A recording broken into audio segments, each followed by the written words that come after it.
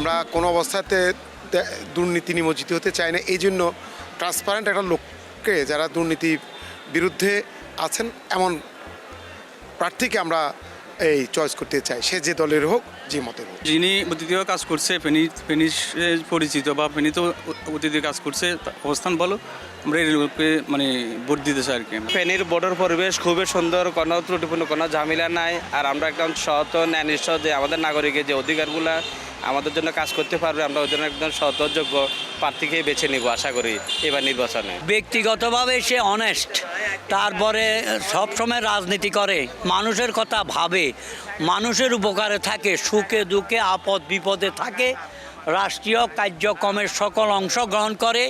এরকম যে যোগ্য লোক, পড়ালেখা শিক্ষা দীক্ষা আছে, সেরকম লোককে আমি আমার ভোটটা দেব। যে প্রার্থী এবং যে দল দেশ এবং দেশের উন্নয়নের জন্য কাজ করে, জনগণের জন্য কাজ করে, দেশের সার্বভৌমত্ব অখণ্ডতা রক্ষার জন্য কাজ করে, তাদেরকে আমরা নির্বাচিত করব, তাদেরকে ভোট দেব।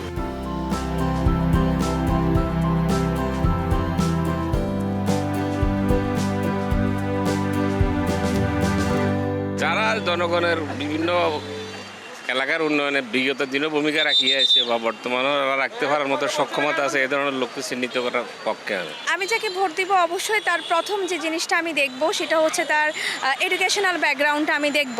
কারণ সে আসলে যে আমাদেরকে যে সে রিপ্রেজেন্ট করবে, আসলে তার সে ক্ষমতাটা আছে কিনা, তার রিপ্রেজেন্টেটিভ ক্যারেক্টারটা আমি দেখব, যে সে প্রপারলি এডুকেটেড কিনা, যে সে তার জনগণকে যে রিপ্রেজেন্ট করবে। দ্বিতীয়ত হচ্ছে সে দুর্নীতির সাথে সম্পৃক্ত কিনা, তাকে অবশ্যই ট্রান্সপারেন্ট হতে হবে, জবাবদিহিতা নীতি তাকে ফলো করতে হবে, দুর্নীতি মুক্ত থাকতে হবে, সেই বিষয়টিও আমি খেয়াল করব। কালো টাকার মালিক ফ্যাসিবাদের সাথে সম্পৃক্ত বা ফ্যাসিজম এস্টাবলিশ করবে এরকম প্রার্থীকে আমরা আগামী নির্বাচনে বয়কট করব। যারা আমাদের প্রকৃতপক্ষে একজন নাগরিক হিসেবে একজন নাগরিকের দুঃখ কষ্ট বুঝবে এবং তাদের জন্য যে মৌলিক চাহিদাগুলো পূরণ করতে সক্ষম, ওই কাজগুলো যেন করবে, ওইরকমভাবে আমরা ওইরকম একজন প্রার্থীকে সিলেক্ট করব। একজন প্রার্থী যখন আমার কাছে আসবে, সে আমার এলাকার, অবশ্যই সে প্রার্থীরা আমার এলাকা, এবং সে আগে পরে সে আসলে আমার সমাজের সাথে অ্যাডাপ্ট কিনা, সে মানুষের সুখ দুঃখের সাথে অ্যাডাপ্ট কিনা এবং সামাজিক কাজকর্মের সাথে সে অ্যাডাপ্ট কিনা, আমি এই জিনিসটা অবশ্যই দেখব।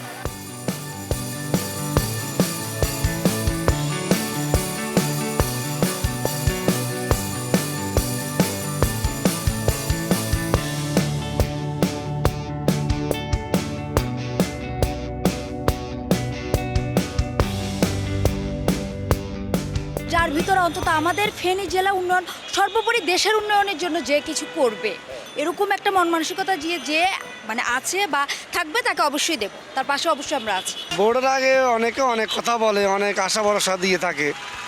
আমরা ওই লোককে ভোট দিব যে আশা ভরসা পূরণ করবে। ভোটের পরে যেন ওই ব্যক্তি কোনো স্ট্যান্ডার্ডবাজি, সাদাবাজি, কোনো দুর্নীতির সাথে যুক্ত না হয়, ওই ব্যক্তিকে যাচাই বাছাই করে ভোট দিব। আমরা চাচ্ছি সৎ, যোগ্য, শিক্ষিত এবং যিনি জনগণের দুঃখ দুর্দশা ব্যথা বেদনা বুঝবেন, উন্নয়নমূলক কর্মকাণ্ড করবেন, এরকম যোগ্য লোককে আমরা প্রার্থী হিসেবে চাচ্ছি।